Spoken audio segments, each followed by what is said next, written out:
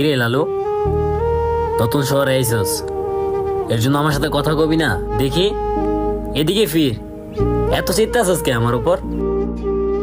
আমি তো তোরে বিপদে পড়ে ব্যস্ত আনছি।